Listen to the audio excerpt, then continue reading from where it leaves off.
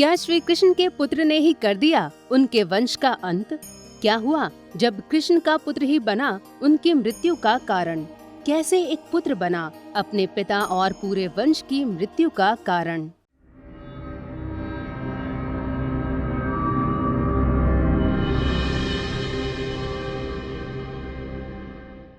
दोस्तों, आज हम आपको श्री कृष्ण के बिगड़ैल पुत्र के बारे में बताने जा रहे हैं, जिसे उसी के पिता ने श्राप दे दिया था और जिसने अपने ही हाथों से अपने पूरे वंश का नाश कर दिया था। तो चलिए वीडियो के जरिए जानते हैं इस पूरी कहानी को।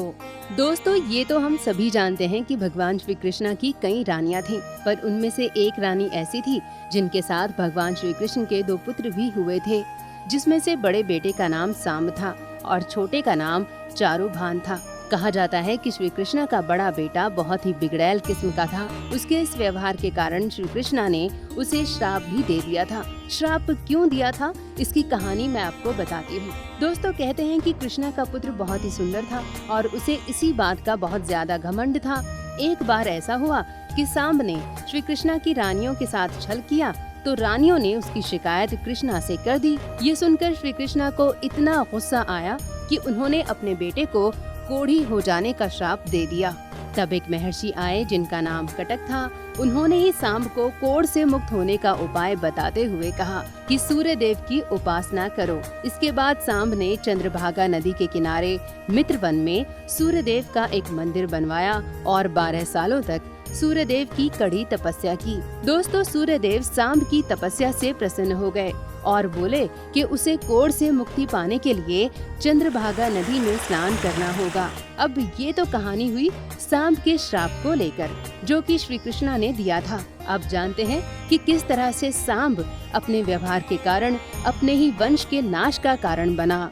दोस्तों, एक समय की बात है जब महर्षि विश्वामित्र, कण्व और देवर्षि नारद द्वारका में गए हुए थे। तभी उनके साथ यादव कुल के कुमारों ने छल करने की कोशिश की।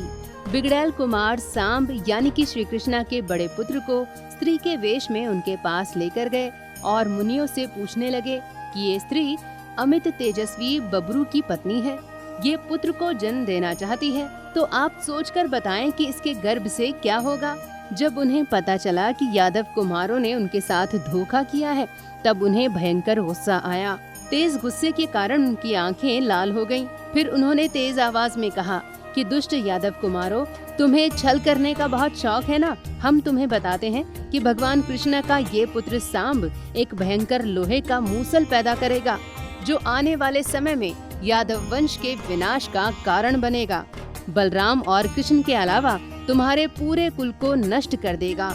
जब सांब ने उस मूसल को पैदा किया तो उसको ले जाकर महाराजा उग्रसेन को दे दिया। उन्होंने उस मूसल को जलाकर उसकी राख को समुद्र में फेंक दिया। उसके बाद यादव वंश के लोग अपने ऊपर आने वाले संकट से मुक्ति पाने के लिए तरह तरह के उपाय खोजने लगे और फिर श्री कृष्ण के कहने पर सभी यादवों ने तीर्थ स्थल पर अपना डेरा डाल लिया। दोस्तों, एक दिन सभी मदिरा पान करके एक दूसरे का मजाक उड़ा रहे थे। जिस मूसल को उग्रसेन ने जला दिया था और फिर समुद्र में फेंक दिया था, वो किनारे लगकर एक घास बन गई और जब वो लोग एक दूसरे का मजाक बना रहे थे, तब वे उस घास को मुट्ठी में लेकर मारने लगे और ऐसा करते करते एक दूसरे का संहार कर देते। इसके बाद बलराम जी भी योग के द्वारा देह त्याग देते हैं। कहते हैं कि उस मूसल के एक टुकड़े को मछली भी खा लेती है, जो एक मछुआरे का शिकार हो जाती है। उस मूसल के टुकड़े को तीर में लगाकर वो शिकार के लिए चला जाता है और योग मुद्रा में बैठे श्री कृष्ण को हिरन समझकर तीर चला देता है और भगवान को तीर लगने से वो शरीर को त्याग कर अपने परम धाम को चले जाते हैं। और इस तरह से भगवान श्री कृष्ण के इस पुत्र के द्वारा अपने ही कुल का विनाश हो जाता है। तो चलिए, आज के लिए इतना ही। आपसे फिर मुलाकात होगी एक नई कहानी के साथ। तब तक खुश रहिए, स्वस्थ रहिए और देखते रहिए द कर्मा टेल्स।